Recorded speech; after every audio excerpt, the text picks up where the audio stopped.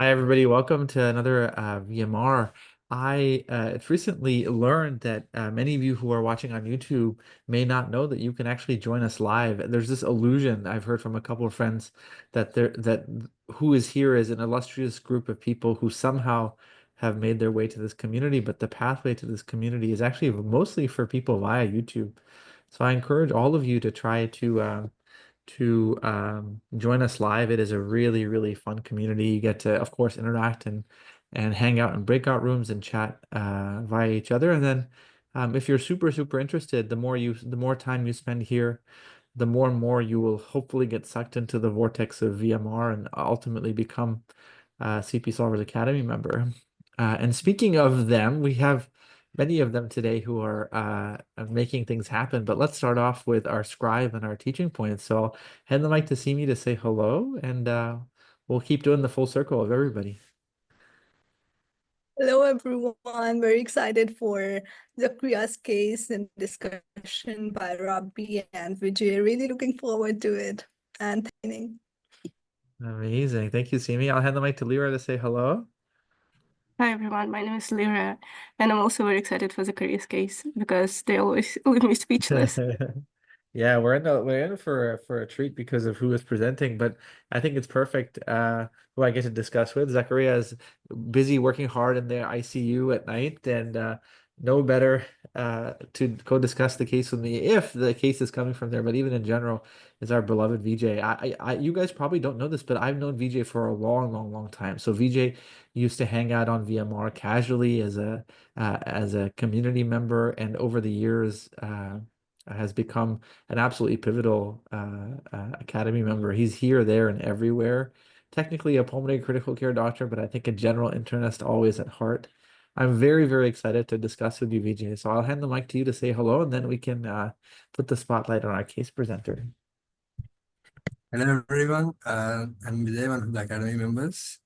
I'm super excited to for two reasons. One is I get to learn and discuss with Rabih, and even more is because we have as the case presenter, which is Zakariya. So it's always a treat to discuss all of his cases. So looking forward to the case.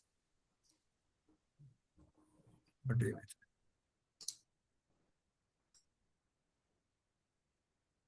think? Okay. Hi, everyone. I'm Zakariya. This case is actually not from the ICU. This is actually a case from medical school. One of the colleagues have presented back in 2022. And I think I will say nobody should be nervous because it's probably the most bread and butter and simple case I've presented. But I'll start off with a 16-year-old female is referred to a tertiary hospital to undergo an urgent CT brain. One day prior, she had presented to a neighboring emergency center with a complaint of a painful rash on her left breast. And I'll stop there. Zachariah, I'm so sorry. I think Simi was you dove right into your case with tremendous enthusiasm. I love it. Would you mind just repeating the first aliquot? Oh, absolutely. Apologies. There's a little bit of the sleepiness from that call. No worries at all. Sure. So this is a case from med school, and it was a 16-year-old female I saw in 2022. She was referred to a tertiary center to undergo an urgent CT brain. One day prior, she had presented to a neighboring emergency center with a complaint of a painful rash on her left breast. And I'll stop there. Interesting. Yeah, Vijay, what an intriguing start by Zachariah. What are you thinking? I think it's very interesting. It is 60 or 16. I just to just clarify the age. 16. Okay. So this is one thing that I think two things that are running to my mind whenever I see a rash, like Rabih has always taught us. One is the time frame of whether there is a systemic illness that is present, and a local, how deep is the rash, and whether there are systemic symptoms. So I would like to know more history about the rash that I'm sure we'll be getting shortly. And however, it is very interesting that it is a 16-year-old. So that is a space that I'm not very comfortable with. Is if the epidemiology will change, but reasoning wise, I'm thinking of something similar. And you mentioned the patient was referred for a CT scan. Am I right? CAT scan. Okay, so I'm just curious to think of why is a patient who's a 16-year-old requiring a CT scan? So I'm thinking of local causes for the breast for the rash, and retrospectively, I'm thinking if there could be any lump in the breast, or is it from a lump breast tissue itself, or it is at the level of the skin, or is it a subcutaneous tissue? What are the accompanying symptoms? We have pain. So pain sensitive structures, mostly skin, subcutaneous tissue, the nerve and the muscle that is there. So is it coming? And one more thing, Rabih has always taught us in the academy VMRs is whenever we have any rash on the thorax, so we have to think of an inside out process rather than outside in. So these are the few things that I'm thinking of. And the distribution of rash. So if it is dermatomal, non-dermatomal, so these are things that I'm curious of. I'm absolutely superb, Vijay. I have absolutely nothing to add. It's very, very intriguing, the combination of these things. And I think if you were to latch on to anything, it is the fact that this is painful. Whenever a rash is painful, you know it is very serious. And there are some few exceptions to that. Well, I think the most common exception to that is being that the patient has localized zoster, a not so serious condition with a lot of pain. But whenever somebody's rash hurts, pay very, very close attention. And so I am paying very close attention in the way that you are. And have nothing to add to how you paid attention. It was absolutely superb. But just to emphasize that one word, pain, you really, really got to look very closely. So, Zachary, I'll hand the mic to you to tell us more. Okay, amazing. So the patient reported that she'd been feeling relatively well before the presentation, but then she started to notice this rash on her left breast that developed over the course of one day. She had no history of trauma to the area. She reported that there was no discharge from the rash. She didn't have any other rashes on her body. And in terms of her systemic history, she didn't have any urinary symptoms, no fevers or constitutional symptoms, no pulmonary or cardiovascular symptoms. In terms of her past medical history, she'd been relatively well until earlier that year, where she'd started to feel unwell, had progressive fatigue. She said that she'd earlier that year been admitted to the hospital, and that in the hospital she'd had a clot in her leg, and that she'd been started on a blood thinner. In terms of her past surgical history, it was unremarkable. She had no family history that was relevant. She didn't use any substances, alcohol, or anything else. And I'll stop there. Intriguing. Plot thickens. What do you think, Vijay? Yeah, very unusual combination of symptoms that I'm seeing here. So one we was thinking was what could be the cause of the rash. So here only one clue that we don't have any strong systemic signature that we are getting. But it is very unusual that a 16-year-old very healthy person should get a deep vein thrombus because patient is on anticoagulant. So either it is an bad gene, like we mentioned that it is whether you have inherited or acquired thrombophilia. So these are the two things that come to our mind whenever you have deep venous thrombosis or pulmonary embolism for that. And so common inherited thrombophilia would be routine testing of your protein C, protein S, antithrombin 3, and factor V Leiden mutations. Acquired mean would be in the card is antiphospholipid syndrome. Consideration for malignancy would be less likely at this point of time. So these are the two things that I'm thinking of. There are no fevers. There are no any local causes that that we are getting a clue to. But maybe the examination of the rash and its appearance maybe could help us connect if there is any local cause there. Other thing is I'm not sure if there are no other systemic symptoms. No cardiopulmonary. So maybe I would just be considering if there is any weight loss, but I think a VO system is also negative. So I'm thinking, is the past medical history really connected to this rash, or there are two different things that we are dealing with? So that is one thing that is going in the back of my mind. So curious to know, maybe the examination of the rash could give us some clues. Maybe physical examination to look for notes, if anything that we are getting at. So these are my thoughts. Absolutely superb thoughts. Yeah, I think this is a great place to take a couple of minutes to dissect what it means for somebody to have a deep vein thrombosis. And I think most of the time when people have DVTs, as you said, VJ, the biggest risk factor is age.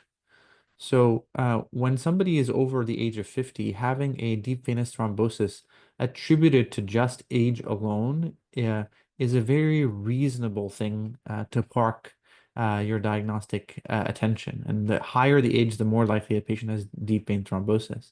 So that's one aspect. You'll see that when patients approach trying to figure out the cause of a deep vein thrombosis, they hold the age, they know that for free, but they try to ask, does the patient have a provoking or unprovoking factor? What that fundamentally means is if there is something transient about the reason somebody had a deep vein thrombosis, so they had a massive surgery, and that massive surgery is going to now stop, and they are no longer required to have further surgery, that is felt to be a provoked deep vein thrombosis. And whenever you are able to ascribe the label of a provoked deep vein thrombosis, two things are different. The first is the treatment duration is much shorter because the major risk factor is going to be gone, i.e. the surgery is gone. And the degree of diagnostic investigations as to the underlying cause is also reduced because the provoking risk factor is felt to be a dominant part. However, you can imagine that ascribing the label of provoked can be a little bit controversial.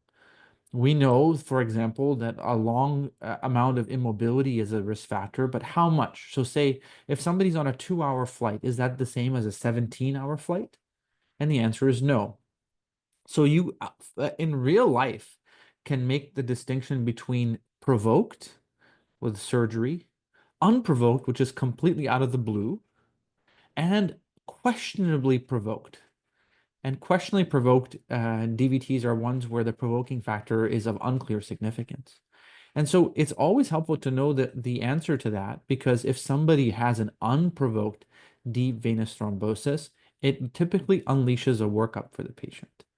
Now, the workup that is done for unprovoked deep venous thrombosis depends on the patient's age.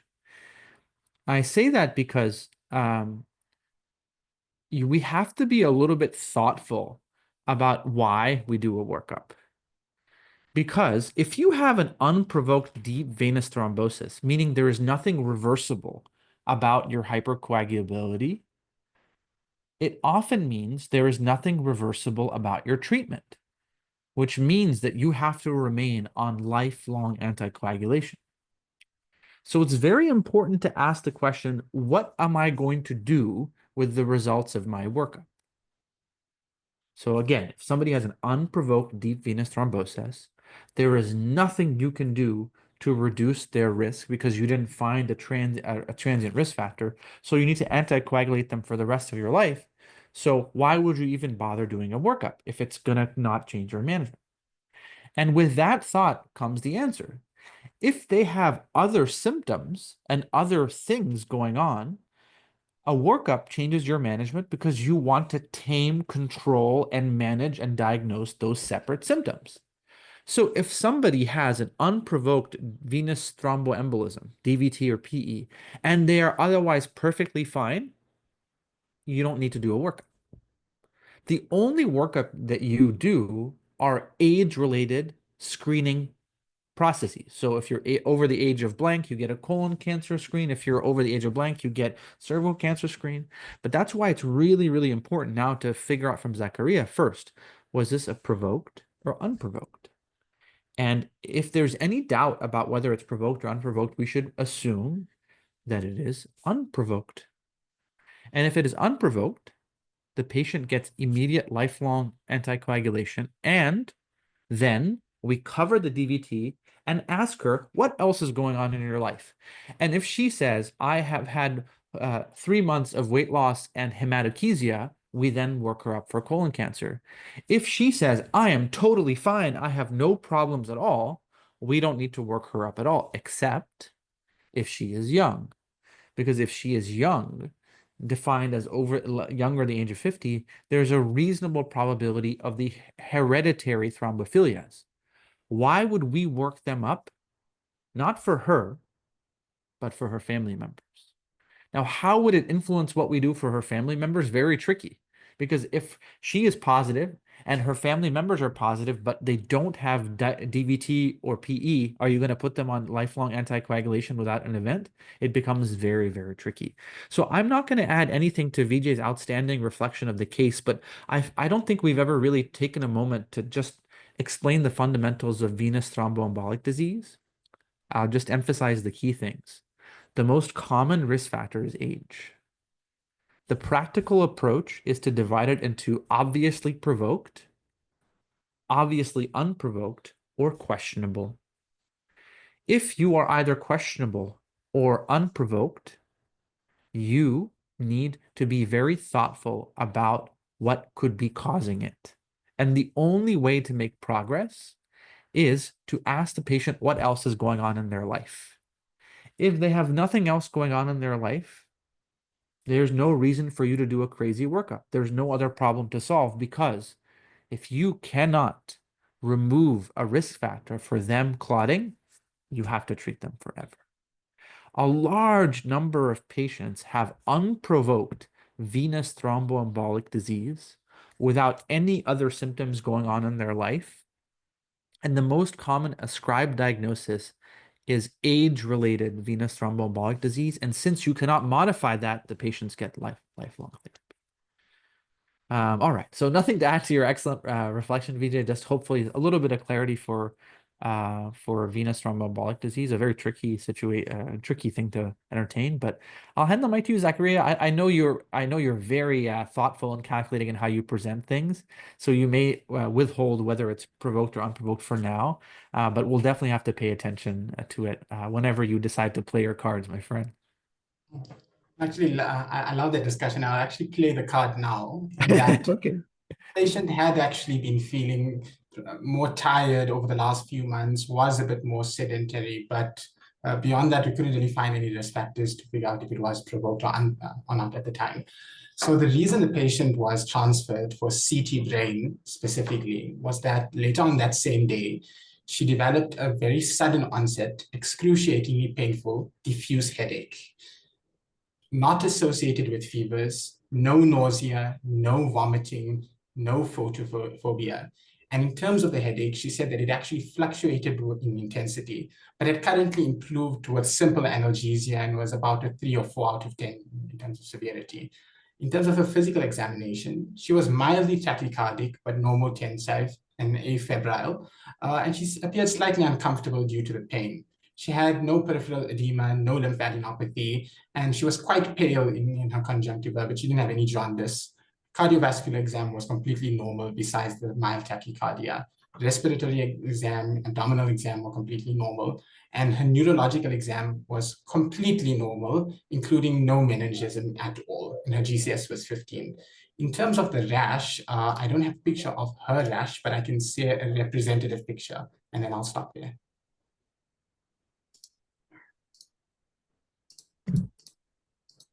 See me, this is a scribing extraordinaire, keeping up with a very tricky case. Thank you. All right, Vijay, I'll hand the mic to you to see what you think. Yeah, I think it is very interesting. So I think having clarity of, so I think two things that is coming to mind, seeing this rash. So I'm seeing this well demarcated, maybe the central, there is some necrosis with bluish black discoloration with areas of bleb formation and surrounding erythema. So given this area of this blackish area that is there, so I'm thinking, is there any necrosis that is there? So, and if I'm thinking necrosis, why is there a necrosis? So in the history, I have one history that could help us is presence of warfarin. So there is some, so there is one association of warfarin-induced skin necrosis that we can, it is known. So apart from that, I'm thinking if there could be any other sudden causes. So dermatological causes. So what this essentially means is there is some dermal. So in one of the classes you mentioned, whether it is localized just to the skin or something else. So we are not seeing any systemic cause that could cause local ischemia. So this lesion says it is going to be mainly localized to the skin itself. So if it is mainly in the skin itself, then it is causing ischemia of the skin. So thereby it is causing significant necrosis and hence there is pain. Ischemia causing death or cry of the tissue and there is pain. So that is also evidenced by local inflammation and there is also erythema around. So now interesting is the headache. So how to connect this rash and headache is next thing that I'm thinking of.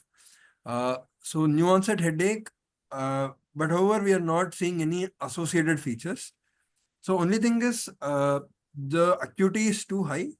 And I think the patient said the pain improved with local analgesics. And we are not having any signs of meningism. So we are not having any acute signs of infection. So definitely I'm thinking there should be some amount of inflammation. So I'm thinking if it is pain sensitive structure in the head. So what are the pain sensitive structures that I'm thinking of from outside to inside or inside to outside? So there is nothing. So I would look at examination of the skin because there is one skin area involved. So I'm thinking if there could be something else in the head as well. That is one thing because it requires a careful examination to not miss on that. Second thing is bone is not. So then we have dura and dural substance that is pain sensitive. And then there are the neurons that are that could be pain sensitive, stretch of the nerves. So these are the things that I'm thinking of.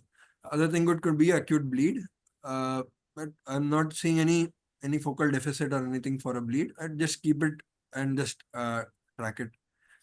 And there is no any drugs that could cause this one. But because patient is on warfarin, another thing I would thinking is there a intracranial bleed? And because patient is on warfarin, it will be curious to see if we have an INR to see if there could be some clue to increased tendency of bleeding. So these are my thoughts. Yeah, I think they're absolutely superb. I think you're seeing a necrotic rash. And I think using a very fundamental principle that necrosis or cell death really only occurs through two mechanisms. It occurs through ischemia or aggressive inflammation, usually infectious. And so I think based on the fact that this patient is afebrile, doesn't have any infectious prodromes, we're really worried about ischemia. And I think that's a very wise hypothesis, especially since the patient has had thrombosis in her prior past. And I think you're so wise to say that skin ischemia is a really rare phenomenon. Ask yourself, what causes the skin to necrose like this? And I think what we're essentially seeing is the extreme manifestation of retiform purpura. Like retiform purpura is meant to be that you have these low-grade ischemic lesions, and this seems to be the full-fledged form of the disease. Curiously enough, it seems to be isolated to the left breast. And so you ask yourself, what could do that? And I think Coumadin skin nephrosis is an outstanding example. Most of the time when you have skin necrosis, it's usually from a trigger, from a specific entity. So Coumadin, heparin, levamisole-induced skin necrosis is an important thing. And then temperature tends to play a big factor. So cold-induced skin necrosis from frostbite to chilblains to cryoglobulinemia, so on and so forth. I think what's really interesting, Vijay, about this is, of course, it could be Coumadin skin necrosis, but what's interesting about Coumadin skin necrosis is it usually occurs on the first few days of exposure to Coumadin. And so if you're examining the overlap between Coumadin and skin necrosis, you'll emphasize the direct entity Coumadin skin necrosis.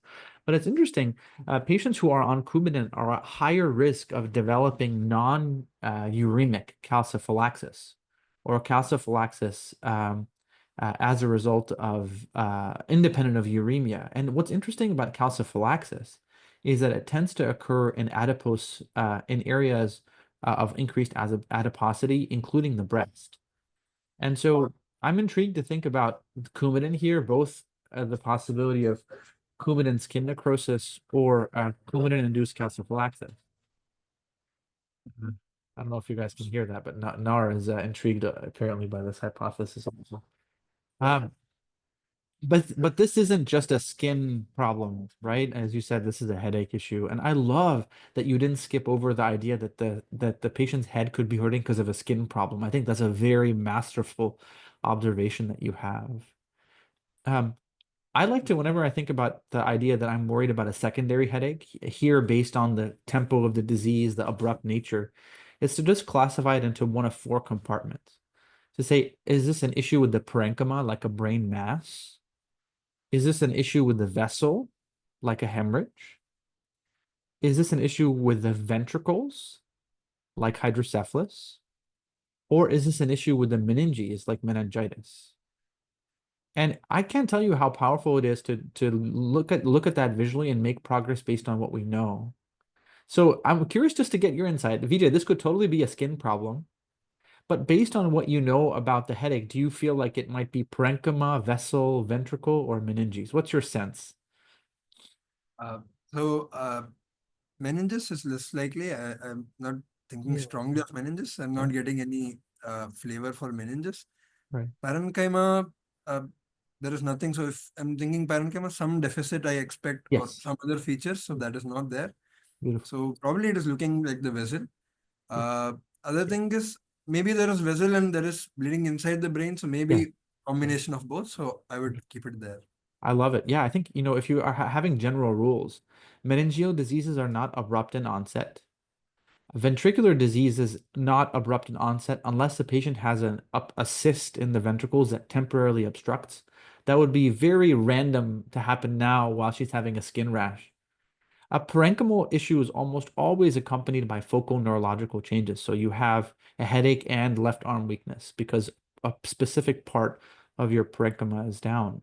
So vessels are very, very key. And if you divide vessels into arteries, capillaries, or veins, most of the time when you have an artery cause of a headache, you usually have focal neurological symptoms because the artery is a large vessel that perfuses a large focused area of the brain and can either dissect or bleed.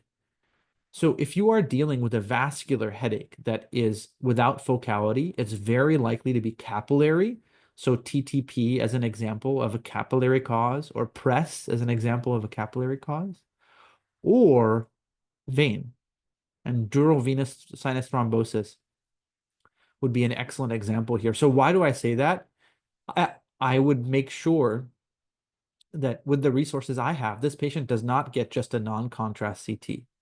It's very, very important to get a CT with contrast here, because if you do the contrast, it will allow you the opportunity to get a delayed phase of the contrast to see if it exits the brain through the dural sinuses smoothly or whether there's a dural sinus thrombosis. If this patient has a headache syndrome of this nature that is CTA and CTV negative, it is likely a diffuse capillary process, potentially thrombotic based on the skin. So I think vessel is screaming in the head and screaming in the skin. And I think the nature of it has to be elucidated further. But I think that's the trail that we're on. So Zachariah, tell us, what do you have next? Vijay and Rabih, just an absolutely astonishing discussion that I'm going to have to come back to over and over again. In terms of her lab work, she had a normal electrolytes and renal function, a bilirubin that was very mildly raised, with a mix conjugated being slightly up and indirect fraction being slightly up. Her ALT was 25, her AST was 44, and her ALP was 110. In terms of her inflammatory markers, her CRP was 67. She had a white cell count of 6.9 with a normal differential, platelets of 112, and she had an HB of 6.1 with an MCV of 98 and an elevated reticulocyte count. Her pregnancy test was negative, and in terms of the smear, it was normal besides a mild left shift. There were no schistocytes, there were no spherocytes seen. Her coagulation profile showed an INR that was technically normal, which was 1.54, and she had a PTT of 180 that did not correct with a mixing study. In terms of her hemolysis panel, she had an LDH of 512 with a low haptoglobin, and I'll stop there. Vijay, I'm sensing a really good opportunity to do maybe a 3-minute breakout room, because I can see you're smiling and I think you have a suspicion of what's going on, which is wonderful. But maybe we can let people mix their thoughts. Zachariah, would you mind just doing me one favor, just for folks before they go? Do you mind just summarizing the relevant labs here so they can hear them if they're on their phone or? Oh, absolutely. So she had very minimally abnormal liver enzymes. She had an FBC that showed a macrocytic anemia with some evidence of hemolysis. And she had a normal INR, but an elevated PTT that failed to correct with the mixing study. Amazing. You're like presenting like a pro. I'm amazed that Simi's keeping up. This is such a complicated case. So I'm going to open out breakout rooms for just 3 or 4 minutes for you all to just share your thoughts, and we'll come back and hear from Vijay.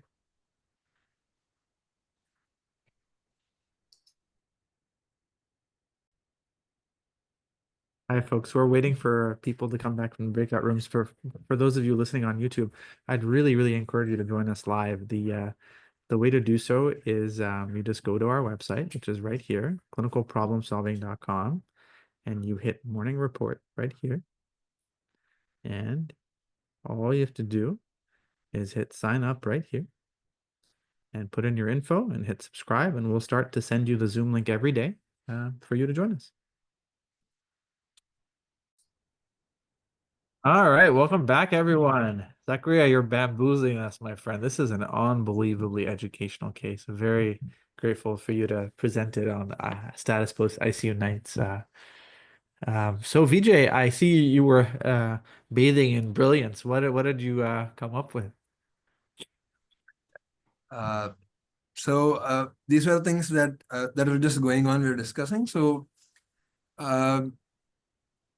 one was what could cause this amount of so like you had mentioned. So it is a very unusual thing for a thrombosis to occur, and very relevantly, it is occurring in the areas of adipose tissue. So what I'm thinking was there is hemolysis. So it is intra versus extravascular is one thing that I'll be thinking of. So I just loved how Zachariah presented. He started with the non-CBC labs and then gave the CBC. Such a thoughtful presentation. So we have and MCV being 98. So that is one more thing. So it is probably some amount of borderline macrocytosis. So one thing that also comes is a reticulocytosis that comes into the picture. And given that there is somewhere I think it is just a hemolysis that we are seeing, a combination of low HB, low platelet, and high LDH, and with a high retic count.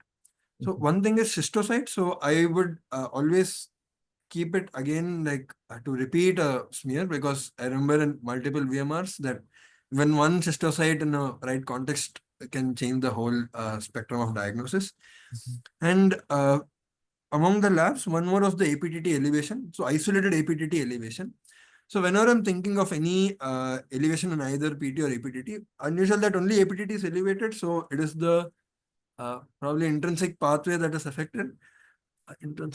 I think intrinsic pathway.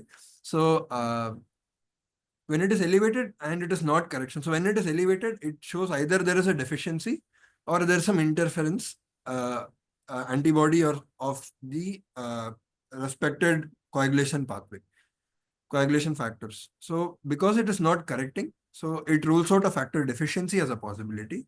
So then we think of factor interferences. So one thing is this association of isolated APTT elevation and this combination favors part of antiphospholipid syndrome. However, I would also think if there are any other interfering antibodies to the intrinsic coagulation factors like anti-12, anti-10, anti-11, exclusive of that pathway. So what I would be doing in the next step, so there is hemolysis. So this age, so it favors some component of autoimmunity as well. So what I would be thinking is to get a haptoglobin to confirm the intravascular hemolysis. Other thing is to look at the urine microscopy, because sometimes we may be fooled with the smear and AK and the creatinine because we do not know a functional baseline. So even a 0.3 increase could still be, or it could be, there is time for the involvement of the kidney as well. So that is one more thing. So other thing is for so and to get an reflex ANA and antiphospholipid panel. So these are the things that I'm thinking of. No, I think you're thinking about it absolutely superbly. Yeah, I think when you have a combination of hemolysis and thrombocytopenia, I think the first thought should be the patient has microangiopathic hemolytic anemia. I think less commonly, but more importantly, in some parts of the world, this combination is concerning for an infection like malaria. But I think based on the lack of fever and other things, this is really microangiopathic hemolysis until proven otherwise. And I suppose that concern is augmented even more when the patient has a thrombotic event in the skin and presumably in the brain.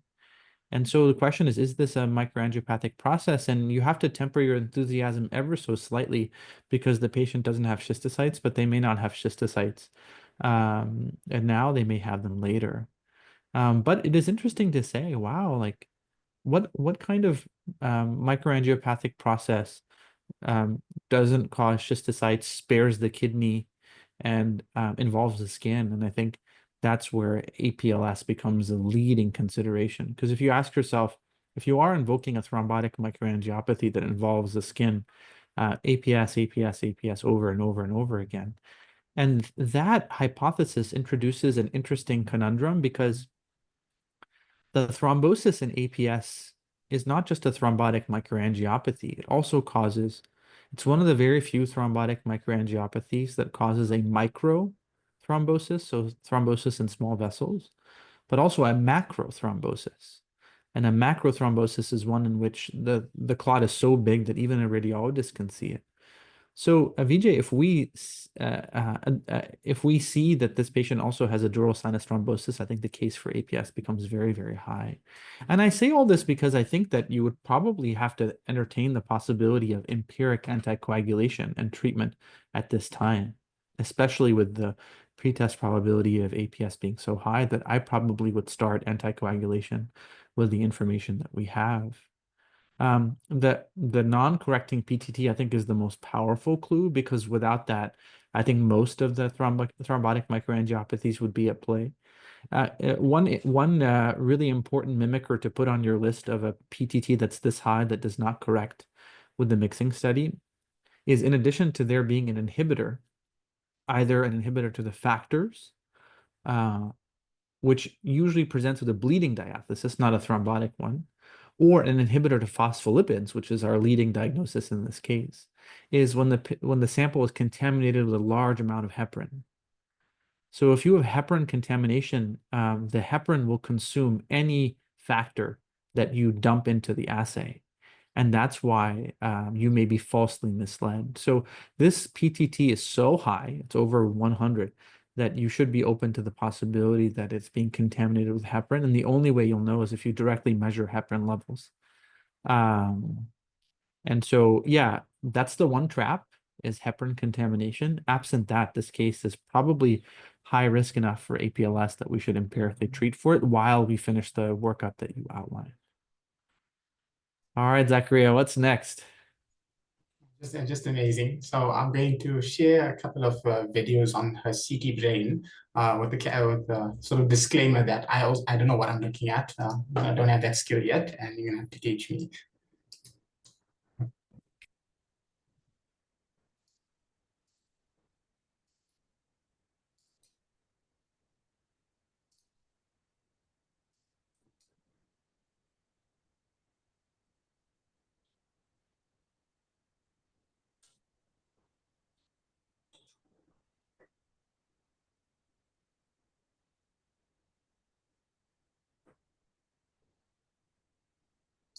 So that was the first one. And this is the second one.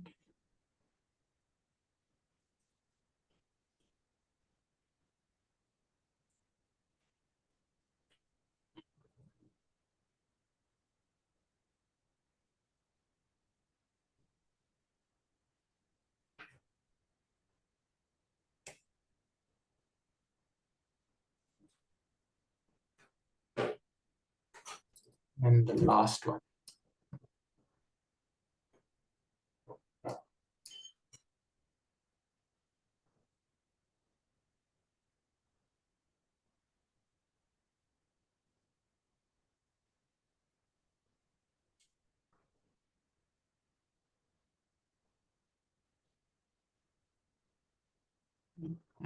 I'll play this last one at a slightly slower speed when we discuss.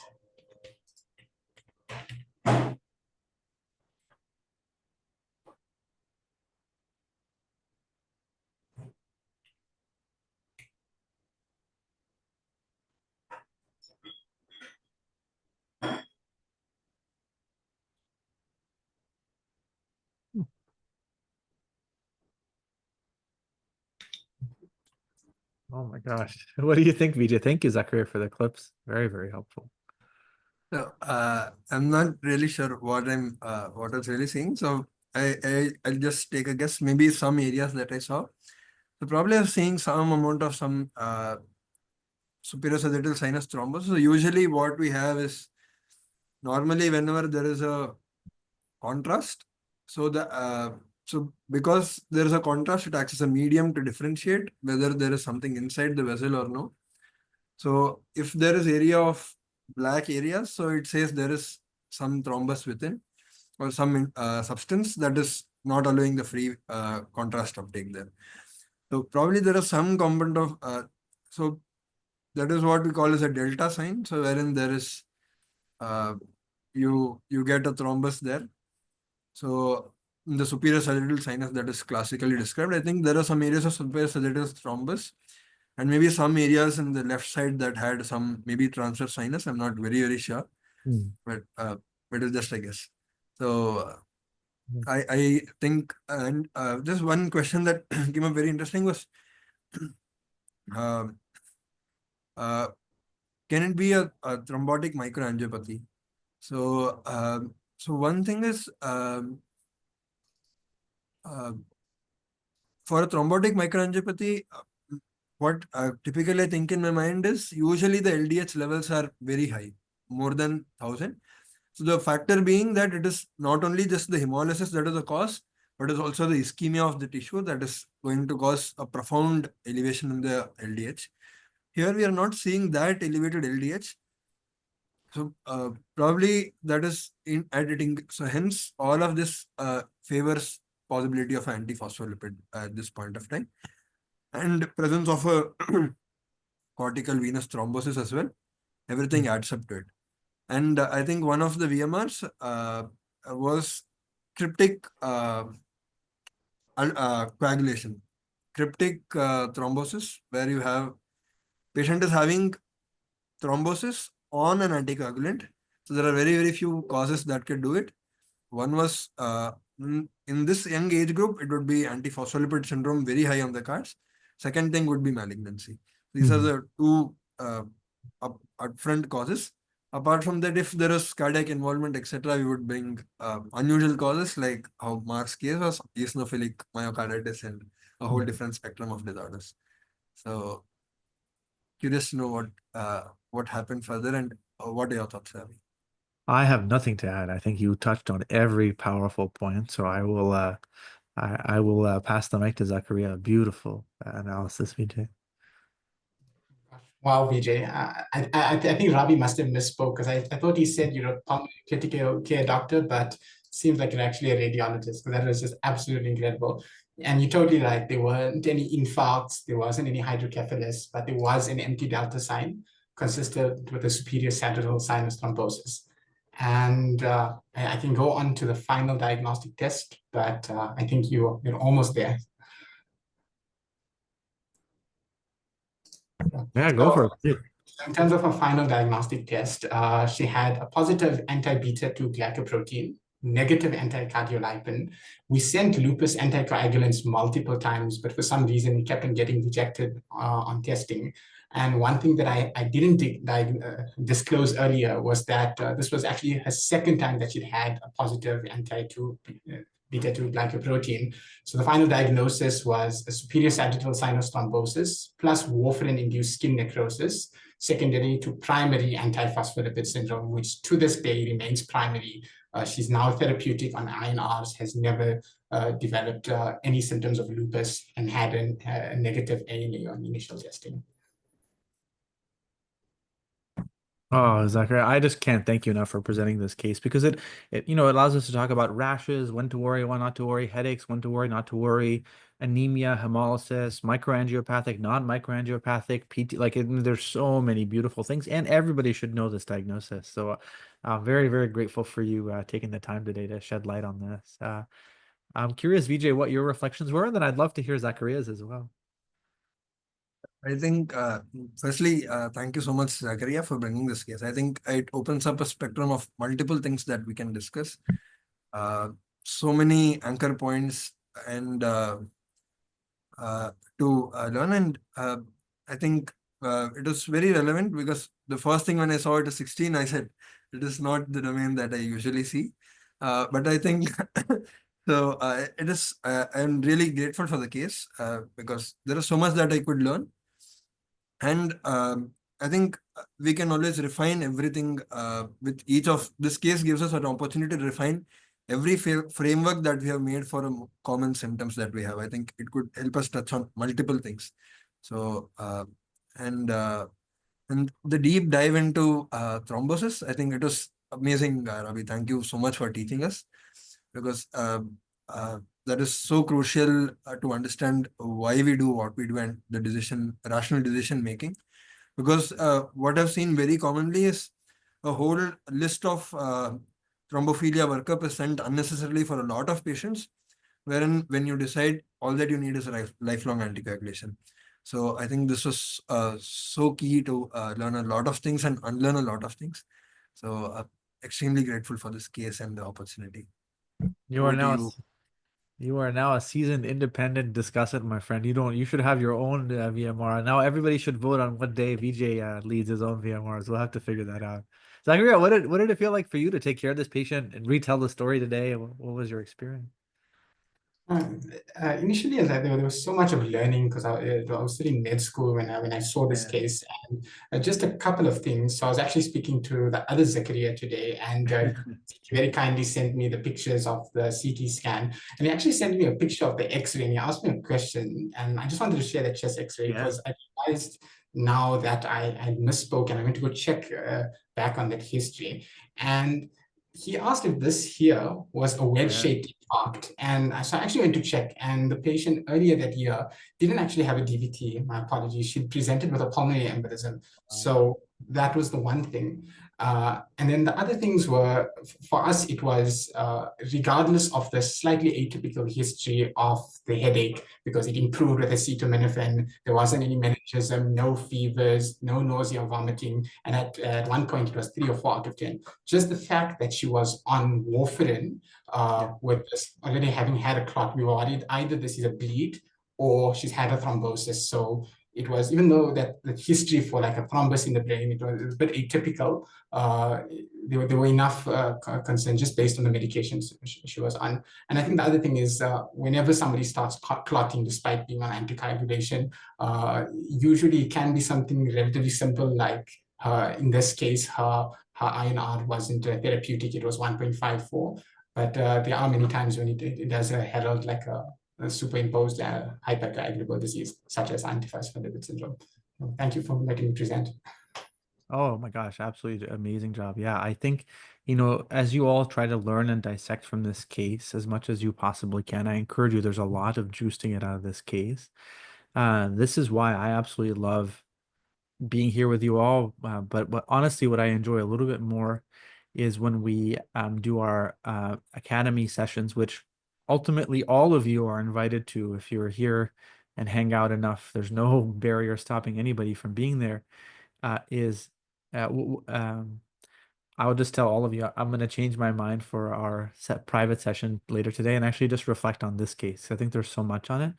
But for those of you who won't be able to join us, this case is so beautiful because I think it really can be summarized in the picture of necrosis that Simi has kindly put there, along with that PTT.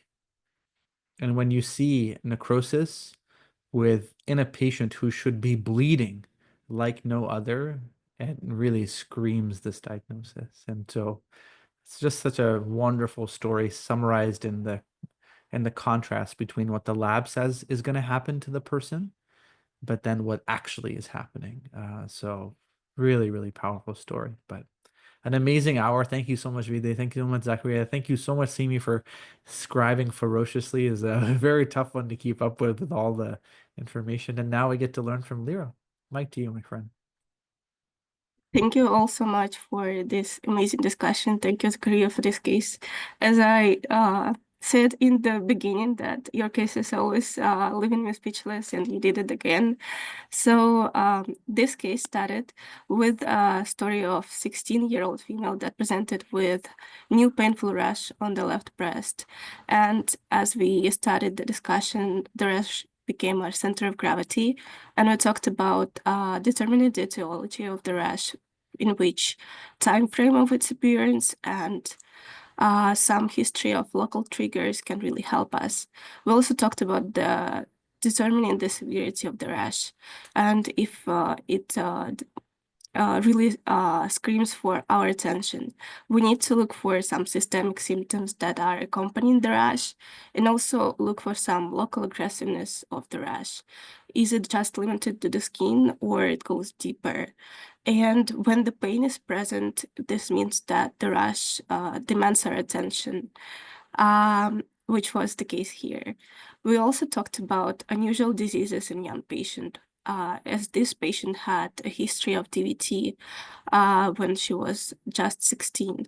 We talked that the most common risk factor for DVT is actually older age, and this doesn't work in this case. So we talked about practical approach to DVT in determining, is it obviously provoked, obviously unprovoked, or questionably provoked? And what provoked DVT means, it means that there is some transient risk factor to cause the DVT. And as this risk factor is transient, it really lessens the duration of necessary treatment for this patient. And the second option is obviously unprovoked, which requires, since there is no transient risk factors that will at some point be absent in patient's life, this type of DVT requires lifelong anticoagulation treatment.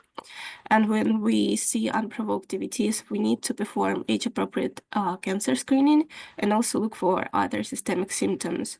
And if they're present, or if we're dealing with a very young patient that is less than 50 years old, we really need to deepen our workup, because there is some risk for systemic disease that causes thrombogenesis, or risk for hereditary thrombophilus, for which we need to do genetic testing to do a family prophylaxis for these patients.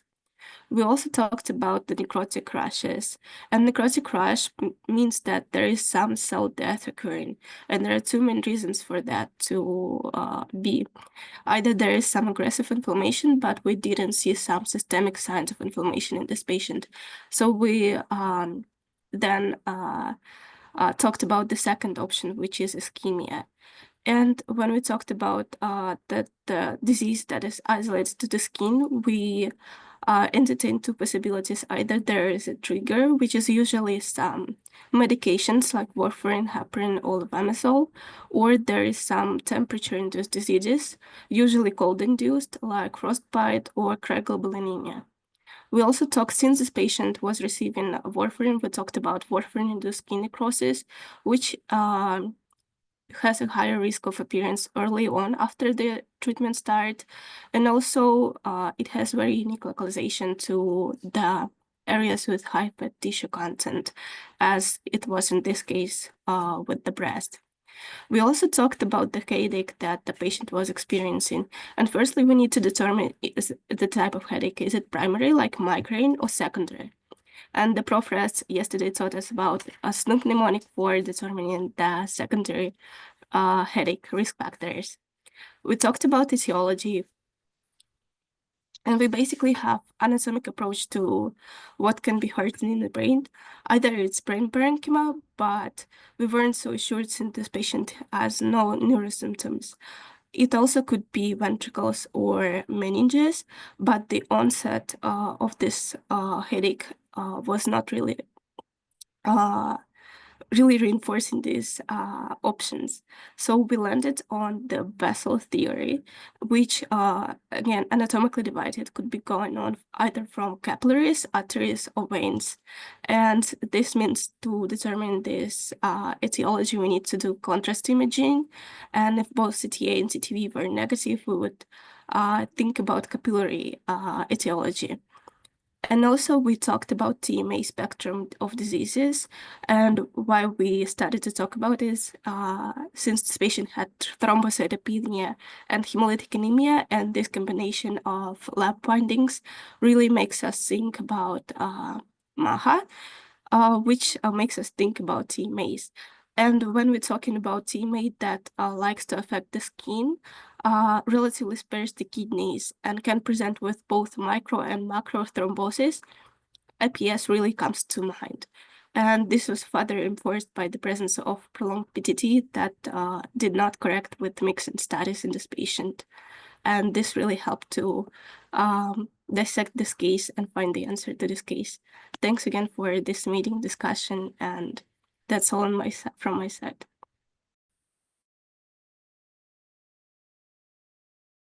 I had realized I'd muted myself. I was gonna say, oh my gosh, I know it's your cat's birthday, but we should be celebrating you. That was absolutely incredible. Really, really nice job. You even added your own teaching points, which was so cool. Thank you all for an absolutely incredible hour, and I look forward to seeing you all tomorrow. Bye.